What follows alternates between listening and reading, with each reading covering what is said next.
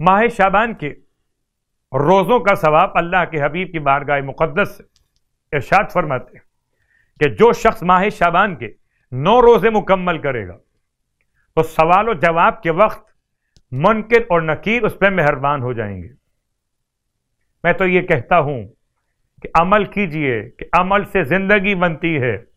جنت بھی جہنم بھی۔ یہ خاکی اپنی فطرت میں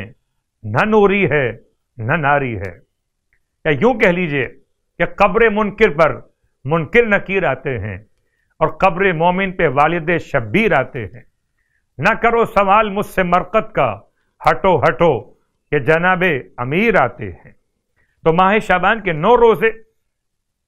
اور سوال و جواب کے وقت منکر اور نکیر اگر آ بھی گئے تو مہربان ہو جائیں گے۔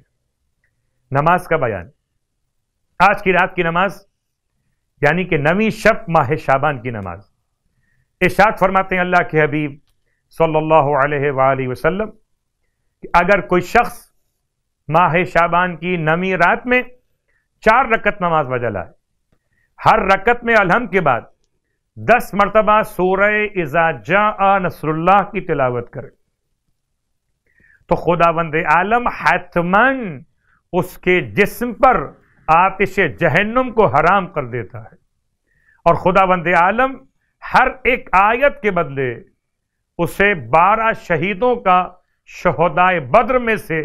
ثواب عطا فرماتا ہے۔ اور اسی اعتبار سے علماء کا ثواب بھی اسے ہر ایک آیت کے بدلے میں 12 علماء کا ثواب بھی عطا فرماتا ہے۔ مومنین کرام، امام جعفر صادق علیہ السلام کی بتائی ہوئی ایک نہایت ہی مؤثر ترین اور مجرب دعا آپ تک پہنچانے کی سعادت حاصل کر رہے ہیں، جس دعا کی برکت سے پروردگار عالم آپ کا قرض غیب سے ادا فرمائے گا، اور پروردگار عالم آپ کو مال اور علم کا خزانہ عطا فرمائے گا۔